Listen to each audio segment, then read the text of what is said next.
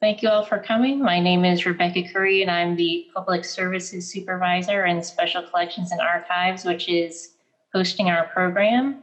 We're pleased to be joined by Athletic Director Kent Weiser and Associate AD Don Wiest for a discussion of adapting ESU's athletics program in response to the pandemic.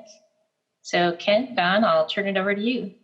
Very good. Thank you, Rebecca. Thanks for having us, for asking us to be a part of this. We appreciate it.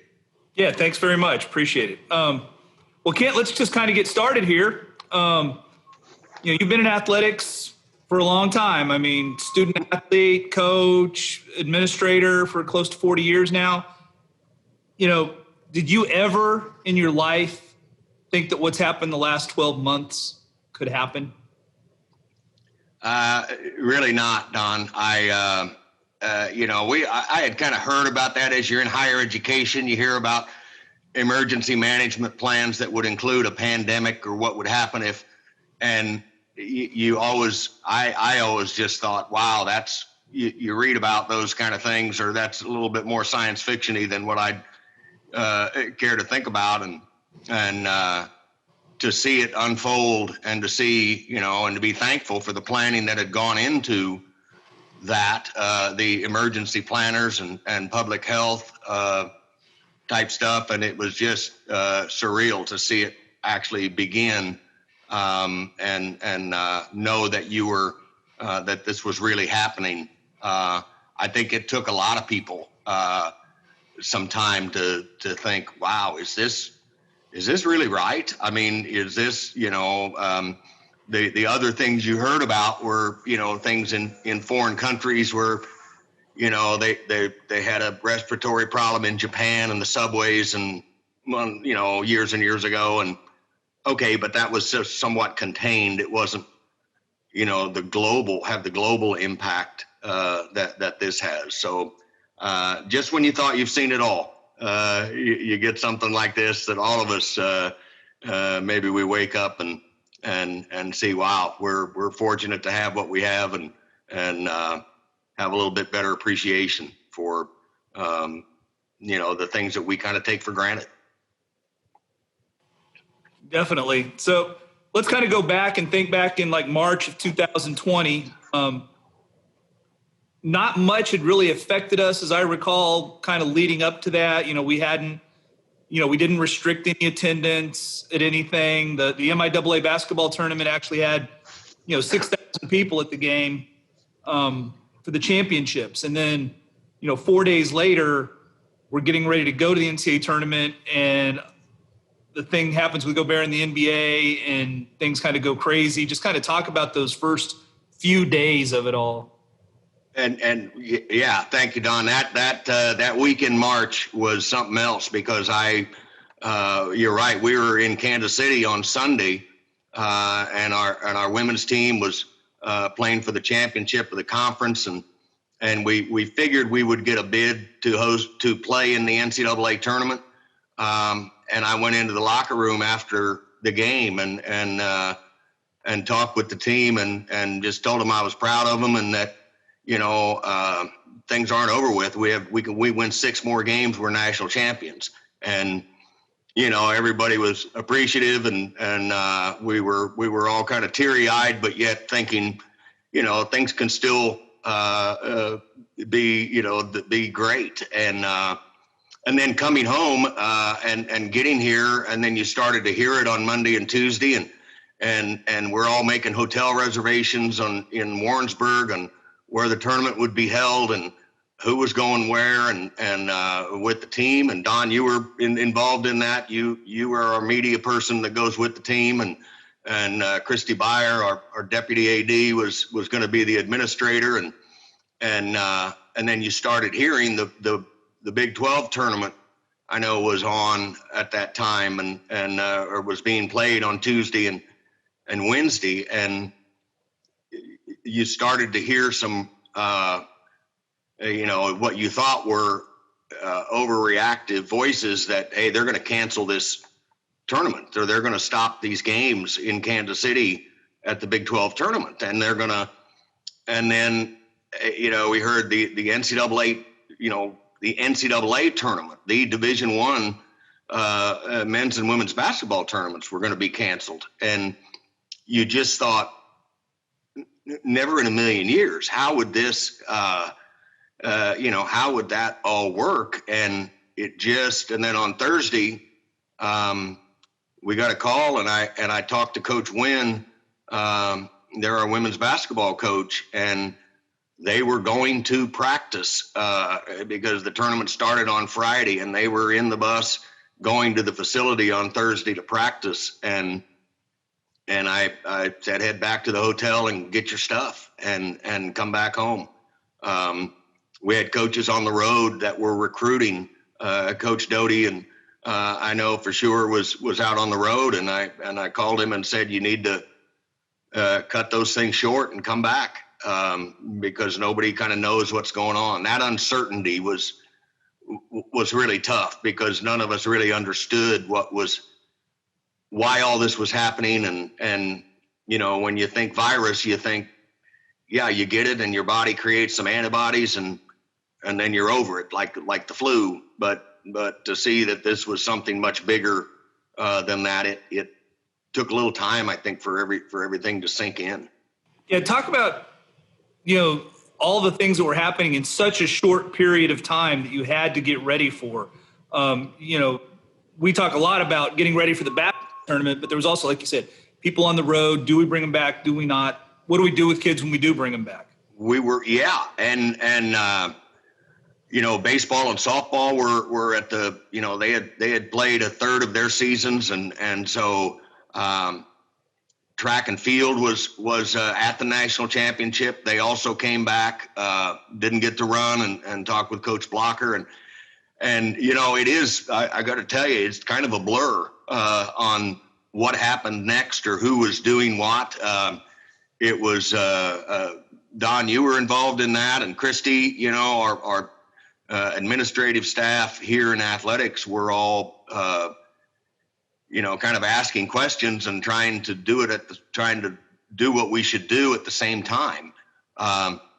Not really knowing what we should do. It's like, somebody tell us what we need to do. And basically these events were getting canceled. And so it was like, well, come home, first of all, and then more instructions to follow, I guess, that first week, the first 2 weeks, the first month is when you saw all of the things, really start to snowball, or the domino effect of then the NCAA. Our president, Allison Garrett, is very involved in NCAA matters as a member of the board of directors and the board of governors, for the NCAA, and then she and I talked, and she was telling me give me a little bit more on a national scale that spring championships are going to be canceled for the NCAA, and so which effectively stopped baseball, softball, track, and tennis. That we're not going to play any more games, and so I was down the street here at the gas station one Friday after work, and a couple of the baseball guys came. They live in the apartments that are close to that, and they came walking by and said, "Hey, what do we know? What's going on?" And I said, "You guys, it's not very good. It's you could see, you didn't want to say that, on March 20th that the season's over with, or the semester is over with, and face-to-face classes, and then they, ESU wisely extended spring break, and so you still maybe held out hope that, okay, maybe this is only going to be a 2-week deal, and so that was just dealing with the disappointment and the questions and that from the coaches and from the student athletes. That was really difficult. That was the hardest thing. I think in trying to encourage them, but also show that you didn't know what was going to happen here, and you had to have a little faith that whatever happens, we're going to get through it. And boy, 12 months later, here we are, still not through it. So, was there ever a point early where you kind of just came to realize this is what it's going to be and we're not going to play for a while? I mean, how long did that take you to kind of get into that? Boy, Don, that's a great question. And, I remember talking with Coach Garen Higgins, the football coach, and then in April, probably it was, and we were still hoping that, well, this will certainly be over by football season. We're not going to be able to work. We're not going to have to worry about that. Coaches were asking about camps and, what they could do with camps that summer. And the month of May is when that became a little bit more clear that it's not safe to do that. That we have no, we know a little bit about it, the mask wearing and the social distancing, but of course athletics brings a very unique perspective or unique challenges when it comes to that kind of stuff, because like in the sport of football, the object of the game is to make contact with your opponent. And so you can't, how can you play? And you know what, honestly, I thought about that in May, but just kind of figured somebody's going to come up with a vaccine or somebody's going to do something that will fix this. And then, in the summertime, again, through President Garrett's involvement, I was hearing that leagues and Division I leagues, and that's really where a lot of, the stage is set by Division I nationally in athletics, and then you started to, in late July or August, started to hear that the Big Ten's not going to play football. And wow, that you could see that. Or I think the Ivy League was maybe the first one that said that we're not going to play fall sports. And so it was, it took a while. And I think for all of us, and like I said, trying to hold out hope that we'll still be able to play, and then that hope kind of turned to, what can we do? Can we practice? and that really started to show me the importance, the real base foundation importance of athletics for student athletes. And physical activity has been such a part of their life for their first 20 years, and to all of a sudden stop that, it was difficult to stop the support group, the natural support group that teams provide. Social, and then when they say social distancing, that term, came out, and it's like, okay, let's not, social distancing is one thing. Let's not isolate each other. You can't, because you lose any kind of mutual support that teams, again, kind of naturally provide. You're a part of something bigger than yourself, and you've got teammates depending on you, and you've got, those friendships and things that last. And so I remember asking that question to our, people at ESU and people in health. What can we do?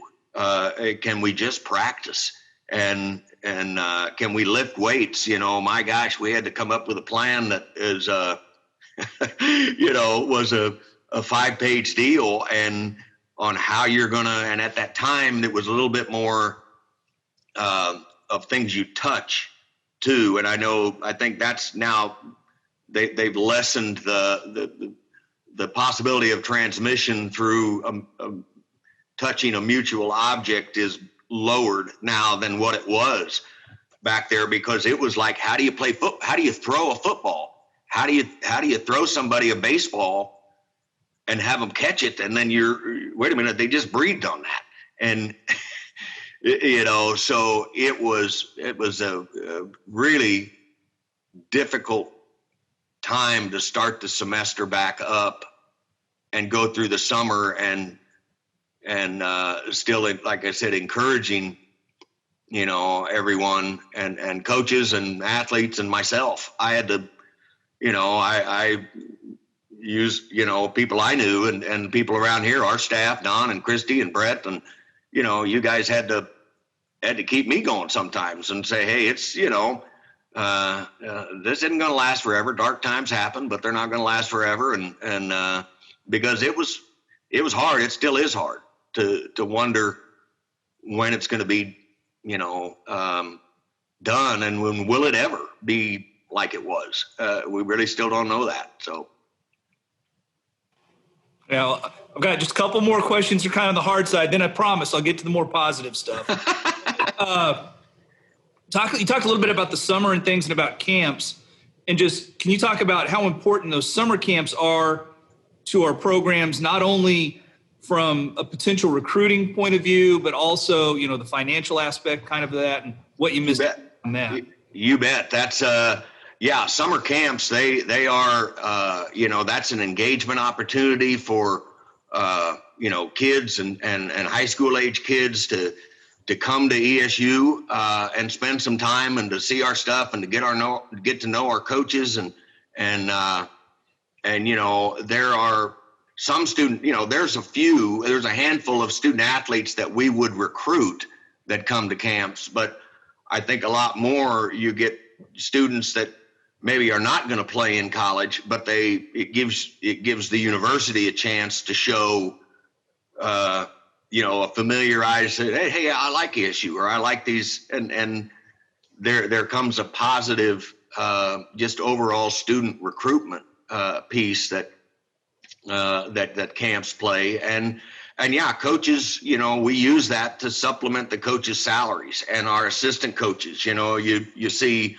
a lot of the student assistant coaches and the ones that are just starting out and they don't make, from us, sometimes they don't make anything. They're doing it completely voluntary. And so if they can make money in the summer, that helps them live through the rest of the year. And when we rely on that, and so to not have that this last year really created a hardship for a lot of those people and our head coaches and everyone. So that, and then it was frustrating because you'd see different kinds of the rules. I think the other thing, everybody wanted rules to be the same, but because of this, the nationwide scope of things, there's no way you could make it that way. How are things here in Emporia, Kansas, is what we were looking at, and what's our rate, and and that's going to be different than something in Denver, Colorado, or Hayes, Kansas, or Kansas City, Missouri. It's different in every place, and so you'd see some camps going on at other places, and then of course you wonder, why can't we do that? So that was summer wasn't the most fun. Summer of 2020, I should say. Yeah, and that kind of brings us in just real quickly. I mean, we've talked a little bit about it here, but the decision of not to face outside competition in the fall for Emporia State. A few schools did, a few schools didn't, but just how important it was to be able to do something. Well, the NCAA, came out with the Sports Science Institute. They were working diligently all summer to try and give guidelines and try and give, direction to here's how you can safely play. And of course, the word vaccine wasn't in the vocabulary, and it was all just testing. And when our football team voluntarily wanted to come back in July, like they usually do, and just work out, just voluntarily, they do strength and conditioning, and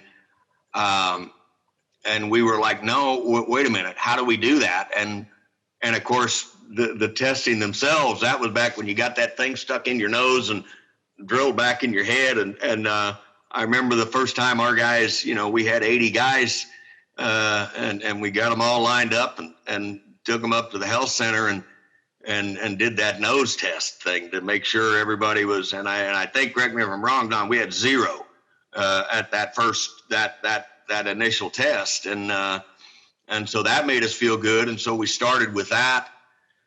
But then you'd hear at other schools, they if they would test, and we, Emporia State was one of the only, I think the only one in our conference that was diligently doing this testing with the in your nose thing. And so, but the NCAA was saying that's what you need to do. You need to test people several times a week or so, and the lab capacity and all of that wasn't there. So finally the saliva test was accepted and as a PCR test. And so it was much easier to certainly give a sample. And then, we've worked out our MO and on getting the test to the lab and getting the results back, because that time in limbo, if you take the test on Monday and you don't get the results until Friday, you're supposed to hold up in your dorm room or in your apartment for those 5 days. And wow, that's hard to do. So, but going to your point of competition, you take all of those things and then multiply them because now you're playing another group of guys. And are they doing the same thing that you're doing? And how do we know that in volleyball or the person across the net, it has done the same level of testing and the same stuff that you've done? It was very difficult to be confident in that. And again, because a little bit of it was different counties, different areas, different interpretations by county health and health officials in different cities and at different universities. Some were more lax than others, and so we just decided that as long as we can practice and we're going to err on the side of safety, and if we can practice and create that camaraderie with within programs and keep student athletes engaged with each other and with school and with that would be the best thing for us, for here at Emporia State. Well, you briefly mentioned it, but just talk a little bit now about our sports medicine staff, our athletic trainers, and the work that they have done in kind of getting us through this with all the testing and cleaning and all that stuff. Boy, I am so proud of and grateful for our athletic trainers, those sports medicine professionals, our team physician and chief of medicine, Dr. Ryan Lasota, and his group of physicians at Newman Regional Health. They got a whole lot more than what they bargained for when they signed up to be a trainer. And I've told Dr. Lasota this, you got to be wondering, okay, wait a minute. I'm the team physician. I come to games and if somebody gets hurt, I evaluate him. But man, I was on the phone with him. Everyone was on the phone with him. The trainers, what do we do with this? What's the close contact? What's the definition of a close contact? Who's supposed to find those? How are you going to follow up on all of those things? And so, county health got overwhelmed. State health got overwhelmed with the number of people and trying to get a hold of people. And we kind of asked, can we do that ourselves? Can we do, under Dr. Lasota's guidance, can we be the ones that self-contact? We know who's roommates with each other, and we kind of know that going in. So if this person on the team and our coaches did a great job and under the trainer's direction, they would break up, and they still do, break up practices into smaller groups if they could and stay with these cohorts. So like out at baseball and softball right now, when they practice inside, they've only got like 4 kids at a time, and they rotate through the hitting cages and the pitching machines and those kind of things.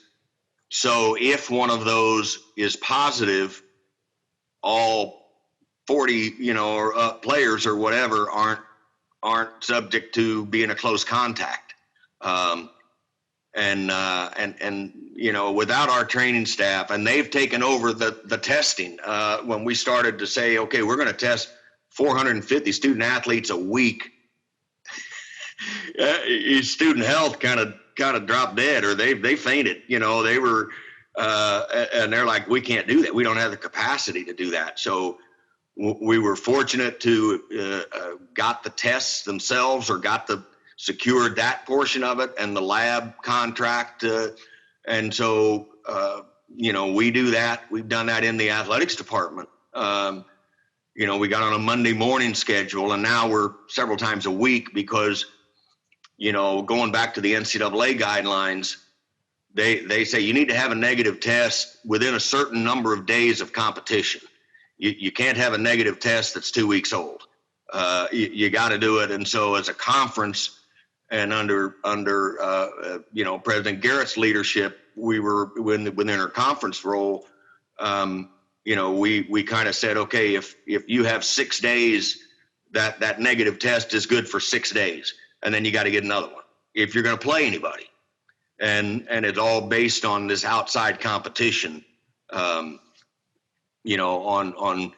taking your team to another city or having another team come to our city.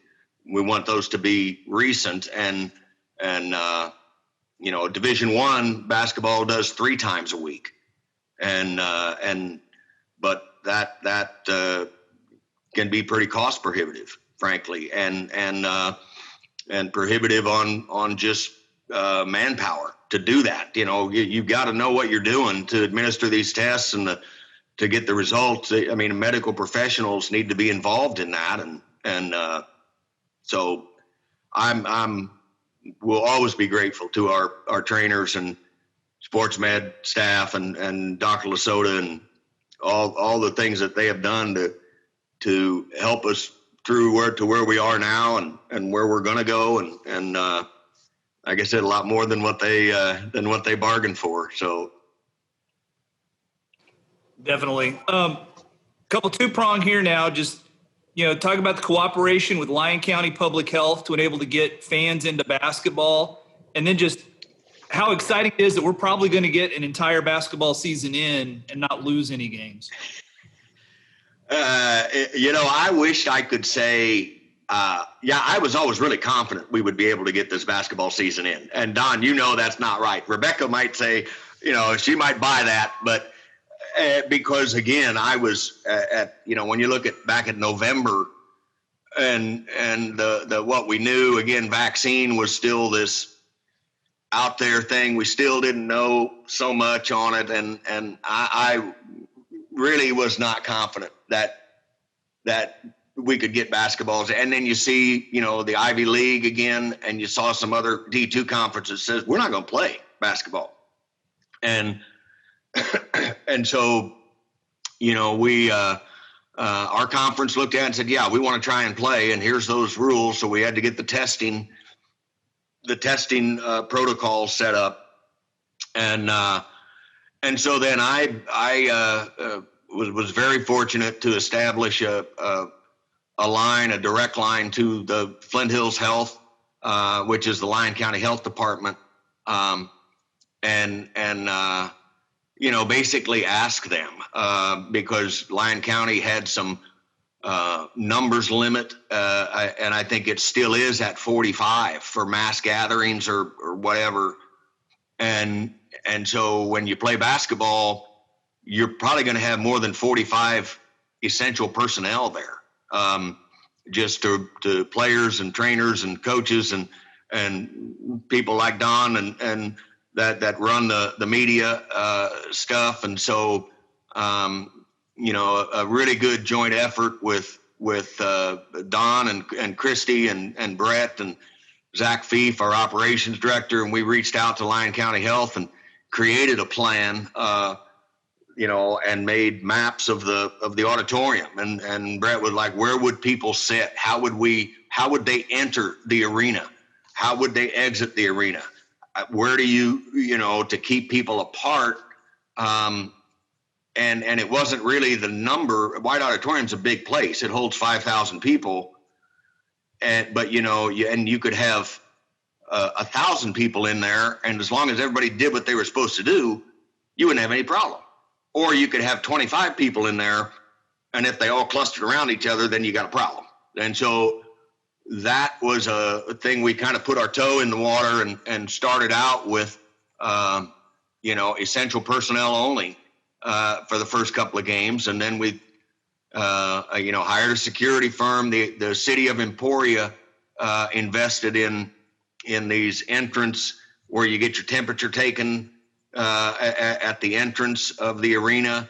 There was no concessions or anything like that. You had to go upstairs. No floor seating. The arena is just for essential game personnel, and it was going really well. But all of those plans that Lyon County Health looked at beforehand, and they were. I tell you what, I was really impressed, and a lady named Jennifer Milburn is I think her title is the Emergency Management Director. And when we first started talking about this, she was very much like, we want to be able to make these things happen. We just have to do it safely. It wasn't this no before the question was even asked, that no, go stay in your room and don't come out. That'll be the best way to do it. Those medical professionals, Dr. Lasota was involved in that. Dr. Onuga, the new, I'm not sure what her title is with Lyon County Health, but she's the physician that's in there. They all had input into this, and were very pleased and impressed with our, with our plan, how we blocked off seats and in the balcony area, and people have been great. The people that have, we then went back and asked them, okay, we're doing good. Can we invite more people? Can we, you've got this whole auditorium and you had nobody in it, sitting in it. And so can we start to invite people to come to games? And and they said yes. And I took pictures of them, and sent them to, afterwards as a report to show them, hey, here's what it's looked like. Are you okay with it? Do you have any?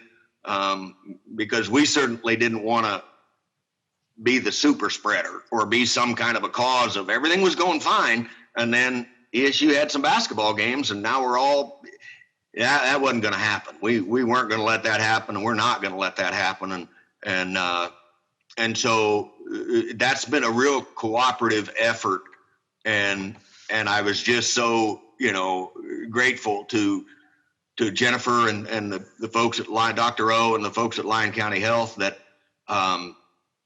really tried to say, okay, here's how, this is for the players. This is for the band members. Now we got the band in a few weeks ago in February, and how can we do this safely? And, that was really, really helpful. And I think again, there's players and the coaches and the few fans that we have there, I see them the next day and they were like, oh, it was so great to be there. I would say, even though I was only one of 50, at least I was one of 50, and then you have a different 50 there the next game. And it really showed, I think, how the important role that sport plays in American life. So.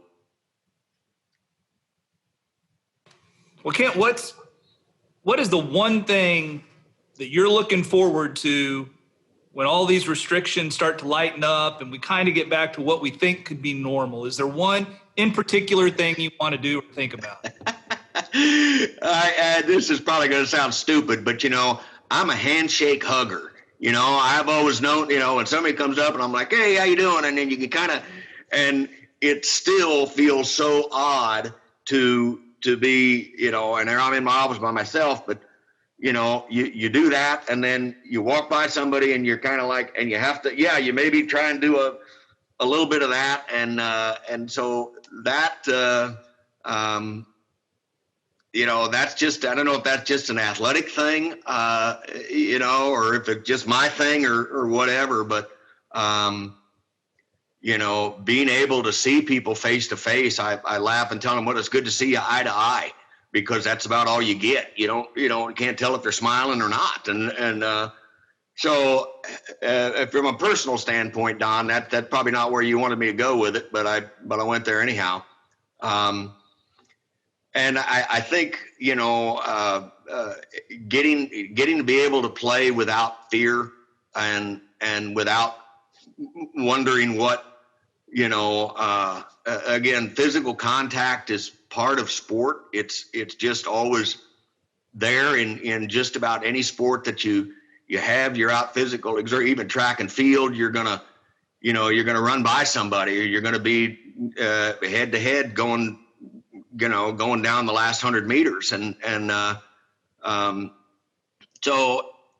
that is probably the thing. I as administrators, Don, you know this, and we're looking for different things now. When you go to games, I used to watch the officials, and I still do, and we all do that, but you watch the game differently. And now I'm looking up in the stands and not looking for, somebody tipping their iced tea or something, and then, okay, I wonder what that guy's got.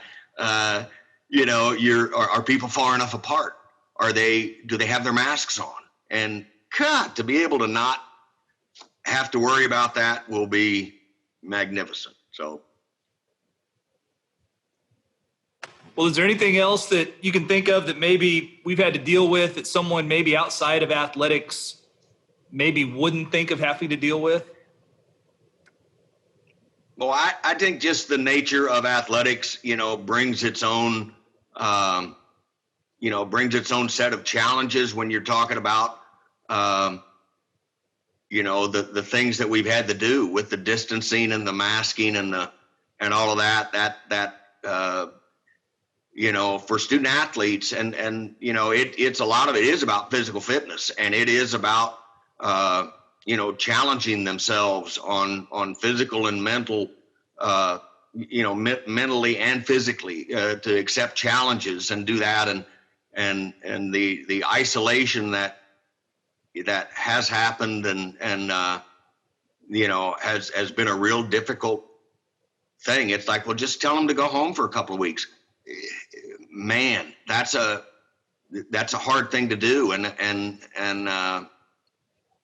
And I think just the other, let me go back one question, Don. What am I looking forward to?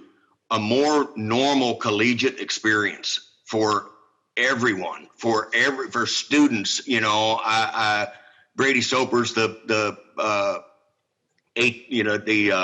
student government president, and he was so excited when we said, okay, we're going to allow students in, and they're going to have to sit on the stage, and they're going to have to be apart from each other. But he was just like, thank goodness, some sort of normal collegiate experience. And I think that will be tremendous to get back to. I know the freshmen that have come in that graduated high school or had a pseudo graduation in spring of 2020, and now they come to school and to college, and probably not what they expected, and not what it should be, could be, maybe was for all of us. So getting back to that is going to be the greatest thing. And everything looks good for the spring right now, right? Everything should be moving ahead right now. Knocking on wood there. Yeah. We are, we are ready to go. We've had weekly testing and all our teams are doing great. It'll again, bring its challenges and stuff. And the seasons are all shortened. There are not going to be as many games for all sports, but and we'll play a couple of football games this spring, against outside competition, but it'll be more. Football does not count anything. They're not doing any kind of conference schedule or anything like that. Soccer and volleyball will have a small conference schedule that'll be structured along with baseball and softball. So and tennis and track. So Rebecca, if you have any free time and we need some help on sports administration, we might call on you to come down and help, because I don't know what's going to happen when we have 5 different things going on at the same time. I don't know where we'll figure it out though. That'll be our big challenge for the spring is as much as anything, Don, is just getting from an administration standpoint the level of care that we usually provide on from media standpoint and reporting of results and taking care of the officials and having an administrator there at each event. That's going to stretch us, but it'll be all good. Well, speaking from personal look on that, I would much rather have 5 events going on at the same time than what it was like before we had absolutely nothing happening. So you're right. I agree with that. Good. That was a great discussion, guys. So thanks for taking the time to be with us here. And thanks to everyone joining us in the audience. Before we sign off, I do want to let everyone know about some things we have coming up in Special Collections and Archives. So this program is a lead into our spring exhibit opening soon, which will be focused on ESU athletics. So we'd encourage everyone to keep an eye out on our social media accounts at ESULYL for more news on that. Our next virtual event coming up will be a reading by members of the Emporia Writers Group on March 15th. On April 13th, we'll be having a visit from former ESU women's basketball coach Cindy Stein. And we also have several events with dates still to be determined. So all this will be available to view through streaming at emporia.edu/live. So hope to see y'all there.